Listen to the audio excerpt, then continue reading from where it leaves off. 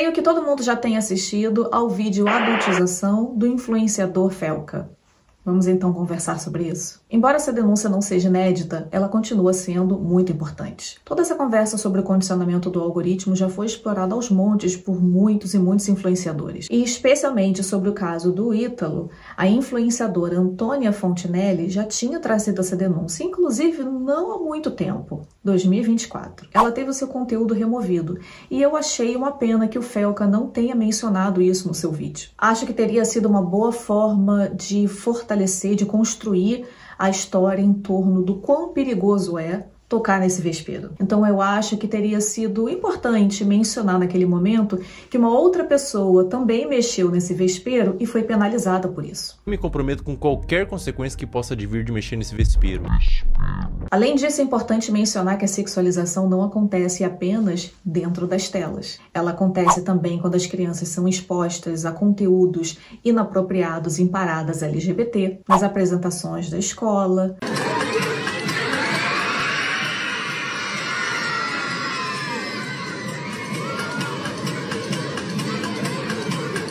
Olha os cavalos voltando.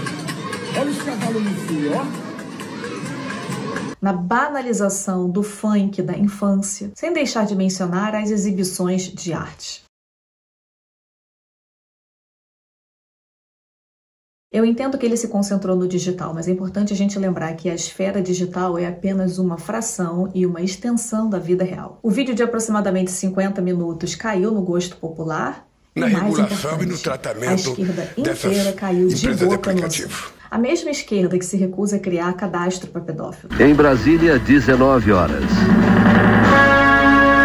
A mesma esquerda que vota contra penas mais duras para crimes hediondos. A mesma esquerda que apoia crianças em paradas LGBT. A mesma esquerda que apoia que crianças podem sim consentir para o uso de drogas experimentais dentro dessas intervenções de gênero. O que eles chamam de processo de transição. Um processo com taxa de sucesso igual a 0. Afinal de contas, ninguém pode transicionar de um sexo para o outro. Não nos esqueçamos que essa é a mesma esquerda que abraçou a teoria queer, que argumenta que pedofilia é apenas uma orientação sexual não normativa. Além disso, é estranho ver Felipe Neto apoiando isso. Mais estranho ainda é ver a Sleeping Giant, que foi citada diretamente por Michael Benz lá nos Estados Unidos, dizendo que foi uma das organizações que participou de um grande cinturão de censura durante as eleições de 2022 e um pouco antes também em relação à pandemia, e que recebeu não apenas recurso do governo Biden, como também treinamento diretamente da CIA. You know, just like a short thing, for example, of what happened in Brazil, because they descended on it like a pack of vultures. Now these are all entities funded by the U.S. government. Now, red is funding, and the green refers to their direct intermediation work. So you have the U.S. State Department, which does our overt diplomacy. You have the CIA, which does our covert diplomacy. And you have USAID, which is sort of the entity that straddles the two of them. USAID and the National Endowment for Democracy created this program called CEPS, the Center for Excellence in Political Process Strengthening. They get $150 million a year from the State Department in order to get other countries to pass censorship laws. And they have 20 million of their 150 million budget went specifically to Brazil. And CEPS created this program in Brazil to get Brazil's TSE, to get their election court to pass these progressive layers of censorship laws. This started in 2018 when they descended on them. They capacity built the Atlantic Council, the Wilson Center, the Carnegie Endowment for International Peace, by the way. So their fourth entity is called the Solidarity Center. Now, the Solidarity Center played a major role in Lula's political emergence and his reemergence after his prison term. And the Solidarity Center gave Lula their Man of the Year award in 2021 when he was preparing his, while the National Endowment for Democracy is creating every single one of these are U.S. government funded or in U.S. government back channel. They're a part of the CEPS Disinformation Partner Network in Brazil. This is just, and by the way, I was having spacing trouble. There's about 3 dozen more. É interessante ver como esses atores sociais estão se movimentando no sentido de apoiar esse vídeo do Felca. O que está por trás disso tudo? É estranho ver o Hugo Mota tirando de pauta a anistia e o foro privilegiado e colocando em caráter emergencial a discussão sobre regulamentação da internet para proteger as crianças. O governo federal, por sua vez, está salivando, doido para comer uma fatia desse bolo também. O Fantástico e o Jornal Nacional já se pronunciaram. E pelo jeito ele vai aparecer também no programa do Serginho Grossman. Diante de toda essa repercussão e diante do fato de que apenas há um ano Antônia Fontinelli não apenas não teve a mesma visibilidade como foi penalizada por trazer a mesma denúncia, o que mudou?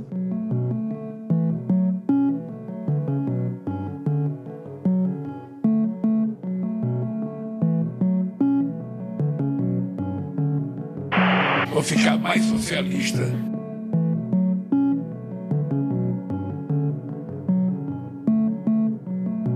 In order to get other countries to pass censorship laws.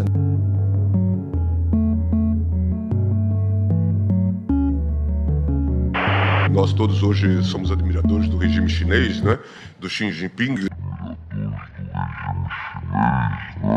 Eu sou a Nini Borges, eu sou doutora em Educação e mestre em Ciências Sociais, sou autora desse livro em parceria com a minha amiga Patrícia Silva, sou também autora desse curso sobre as evidências científicas sobre o cérebro trans e dessa palestra sobre ideologia de gênero e traumas. Considerem me seguir nas minhas outras redes sociais, onde eu trago discussões políticas, culturais semelhantes a essa, e eu acho que você pode se favorecer de muitas dessas conversas. Se você está gostando desse vídeo, considere deixar um super like, dessa forma eu recebo uma doação especial, porque eu não sei nem sequer se esse vídeo vai ser monetizado. Então você me ajuda muito quando você compartilha o meu trabalho, quando você me apoia também, se você puder. Fica a pergunta, isso foi uma operação psicológica do governo que encomendou esse vídeo ao Felca? Se esse fosse o caso, por que o governo, a gente precisa pensar com muita lógica? Porque se esse fosse o caso, por que o governo federal, de tantos influenciadores, escolheria o Felca, que não é particularmente uma pessoa que está ali discutindo política no seu canal. Ele pode até falar uma vez ou outra,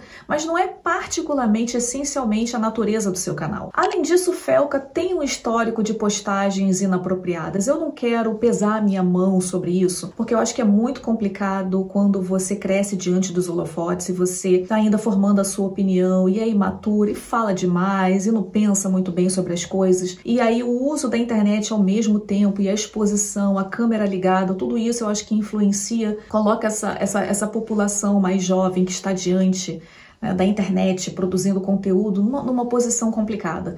Mas ele é uma pessoa que há apenas 3 anos estava postando, assim, tweets muito inapropriados. Nada disso é ilegal, mas é inapropriado, concorda? Então por que de todos os influenciadores, por que o governo federal teria escolhido o Felca, uma pessoa que poderia estar sujeita a receber críticas por causa desses posts? Além disso, a sua assessora pessoal, do seu círculo íntimo, postou isso sobre pedofilia. Para ela, pedofilia não é crime. Pedofilia seria um problema mental. Eu sou uma pessoa que olho com muita cautela para posts que foram feitos há algum tempo.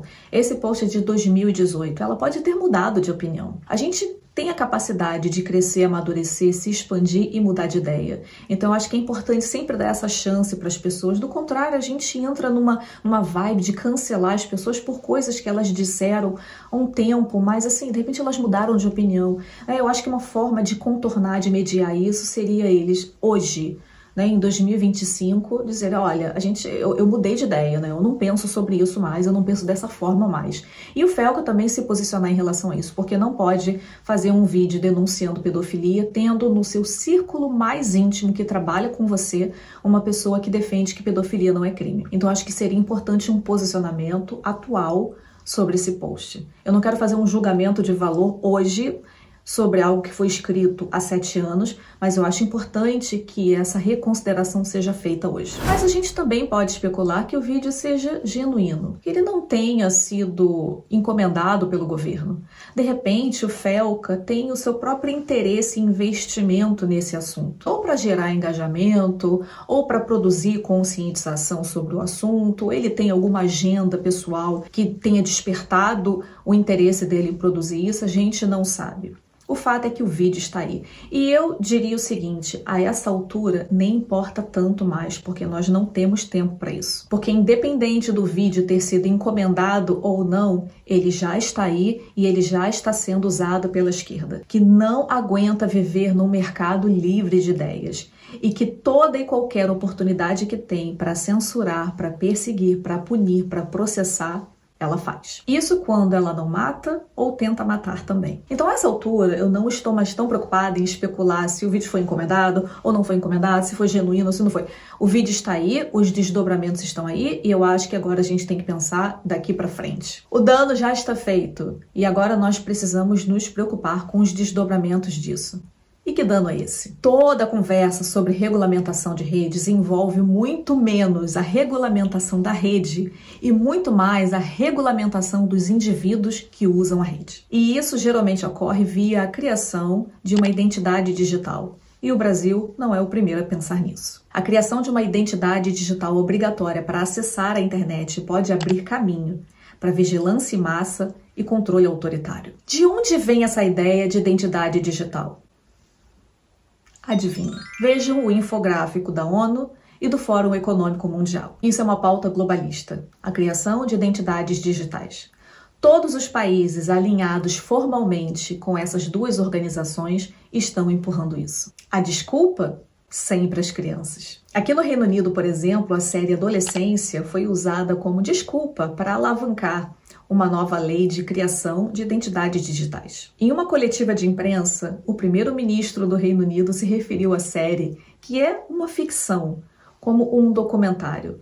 Só para você ver o tamanho do problema, ele sequer assistiu a série. Ele só queria fazer uso político da série. De vez em quando eu ouço a frase, quem não deve nada não teme. Por que eu ficaria com medo de identidade digital? Que bom que você perguntou. Os riscos são muitos e eu vou elencar apenas alguns para vocês aqui. Primeiro, riscos à privacidade, o mais óbvio de todos. A privacidade e a anonimidade simplesmente acabam, porque é possível rastrear as atividades que as pessoas fazem, porque toda ação online está vinculada a uma identidade digital emitida pelo governo. Tudo sobre você pode ser controlado e analisado. Que sites você usou, que opiniões políticas você expressou, suas compras, suas conexões, com quem você conversa, onde você foi.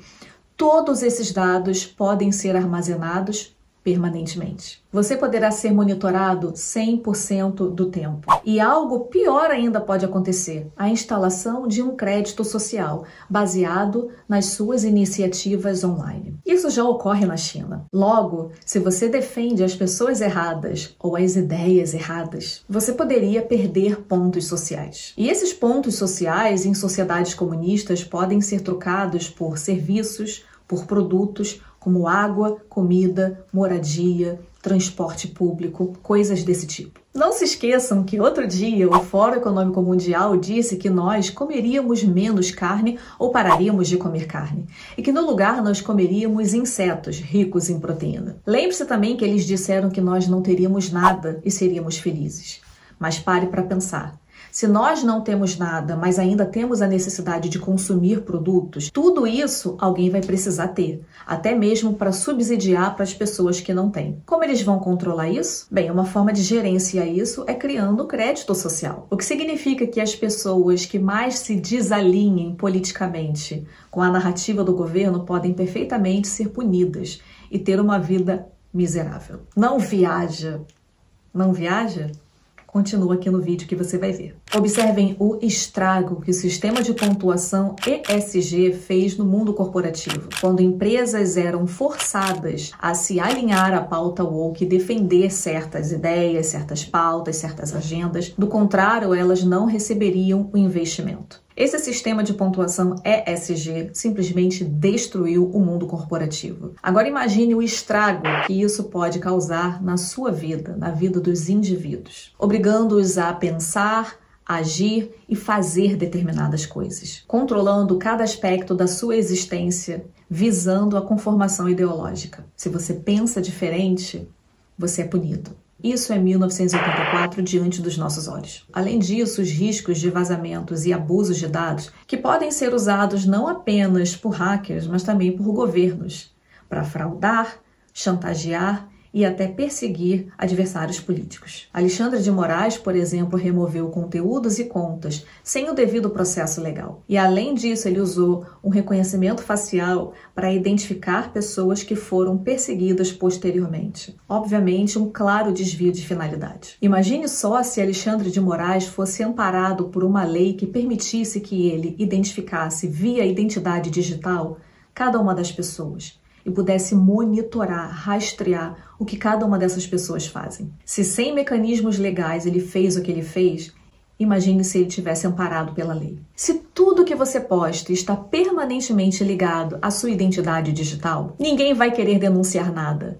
Ninguém vai querer fazer críticas ao governo. Ninguém vai querer participar de debates. Ninguém vai querer ir a um protesto. E é assim que você gera conformação ideológica. A China é um precedente perigoso. Lá, tudo isso já acontece. E pior, a gente sabe que o governo brasileiro, que o Lula, tem um devido apreço pelo governo chinês. O que o Gilmar Mendes disse recentemente, somos todos admiradores do regime chinês. Eu acho que é um consenso entre nós de que é preciso uma entidade. Isso é fundamental. Um pouco na linha, nós todos hoje somos admiradores do regime chinês, né? Do Xi Jinping. Né? Na China, o registro com o nome real das pessoas permite a censura e a repressão de dissidentes. E lá, o sistema de crédito social já acontece, com rastreamento digital vinculado à identidade. Você já sabe, todo mundo tem medo de abrir a boca. E a desculpa é sempre a mesma: proteção às crianças. O benefício alegado de proteção de menores contra conteúdos nocivos ou inapropriados online é uma desculpa esfarrapada, porque é possível alcançar resultados melhores com processos muito menos invasivos. Isso é só uma desculpa. O problema da sexualização das crianças dentro e fora da internet é absolutamente real e isso precisa ser levado a sério. Vamos ignorar a denúncia que foi feita? Claro que não. Apenas façamos cumprir a lei. Já existem mecanismos legais suficientes para fazer valer a lei. Façamos valer a lei. A começar por responsabilizar os pais. Que tal? Identidades digitais não são uma ferramenta de proteção e de responsabilização. Os riscos estruturais são enormes e podem perfeitamente destruir a nossa democracia. Há uma correlação considerável entre regulamentação da internet, identidade digital e pauta global.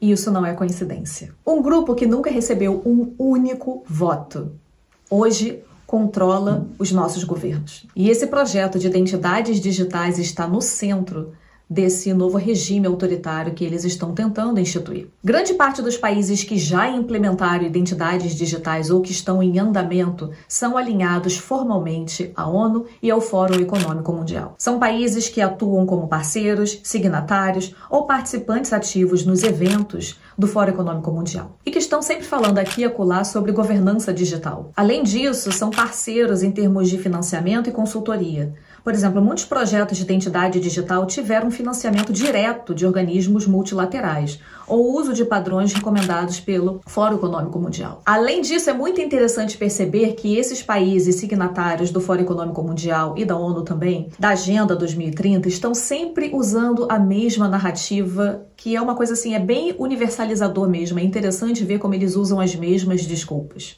Que desculpa é essa? Inclusão financeira, acesso a serviços e segurança digital, especialmente no que se refere às crianças. Existem vários países com medidas semelhantes e o Brasil só está seguindo na mesma rota. A China, por exemplo, já faz isso desde 2012. Inclusive, uma coisa que acelerou muito aqui na Europa foi a pandemia, porque com a pandemia eles criaram identidades digitais para que as pessoas pudessem viajar. Sempre a pandemia, não é? O Brasil só está tentando concretizar a sua parte no acordo com o Fórum Econômico Mundial e com a ONU. Inclusive, assinaram compromissos digitais dentro do GovTech Global Partnership. Eu não sei se vocês sabem disso. Eu não estou querendo dizer que identidades digitais sempre culminam em comunismo ou em governos autoritários. É possível que com mecanismos extremamente rígidos se consiga escapar disso, mas nós sabemos muito bem que o Brasil adora copiar a China. Mas eu fiz questão de conversar com o presidente Xi Jinping sobre a necessidade da gente ter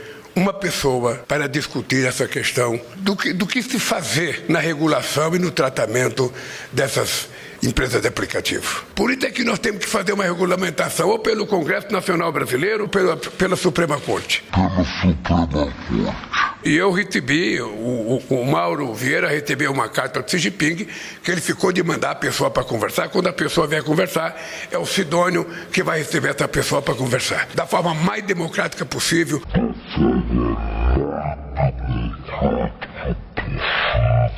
E em países como a China, foi assim que aconteceu com a identidade digital. Que modelo você desconfia que vai ser copiado? Não dá para você pegar o regime cubano, colocar num navio, trazer para o Brasil, decreto-lei número 1, socialismo à la cubana, não dá certo. Ou trazer o soviético, sabe, através de um avião, chegar aqui e decretar socialismo via Suécia, também não dá certo.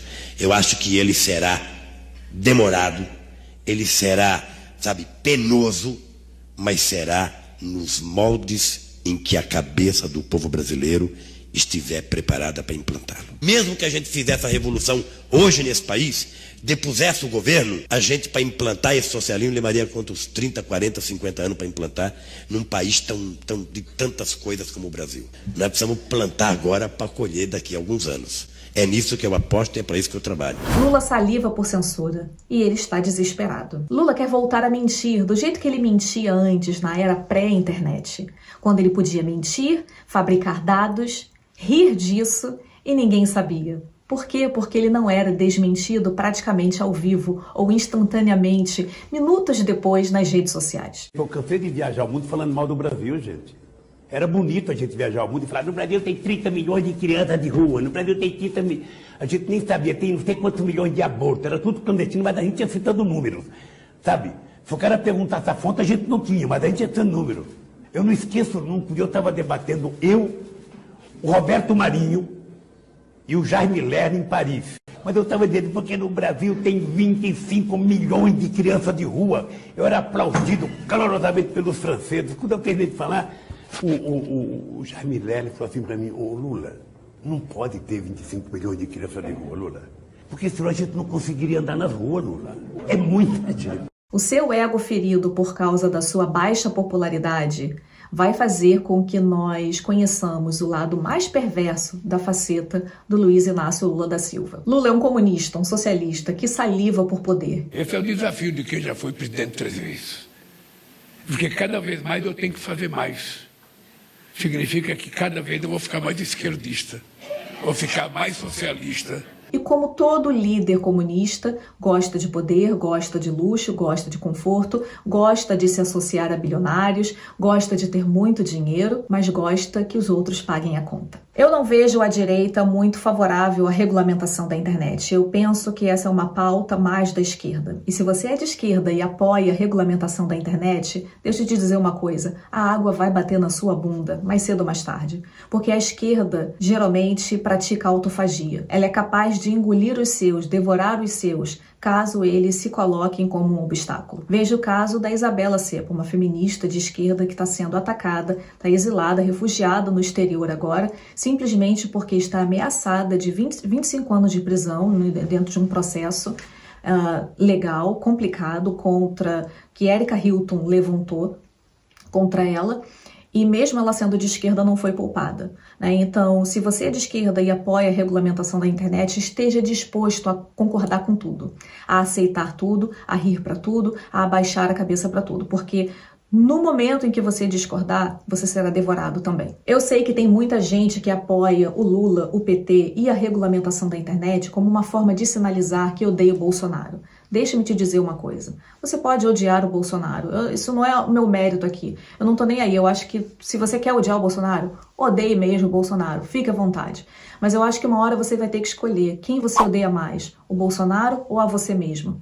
Porque para continuar sinalizando que odeia o Bolsonaro, estão apoiando políticas que vão destruir as suas próprias liberdades individuais. Se você gostou desse vídeo, por favor, deixe um like e compartilhe esse vídeo nas suas redes sociais, no WhatsApp, nas redes onde você está presente, se comunica, conversa com pessoas, para que as pessoas possam entender o que é que está em jogo aqui. Não é a proteção às crianças, já existem mecanismos legais para proteger as crianças. O que eles querem aqui é instalar um modelo de identidade digital para controle, monitoramento, rastreamento total da sua existência. Vou deixar os links de acesso para o meu curso sobre o cérebro trans e para a minha palestra sobre ideologia de gênero e traumas, caso vocês tenham interesse em fazer. Você também pode apoiar o meu trabalho através do Patreon e eu agradeço muito se você puder fazer isso. Não é fácil ser uma pessoa que toca em assuntos polêmicos, complicados, muitas vezes não somos monetizados, as marcas não querem fazer parceria com a gente,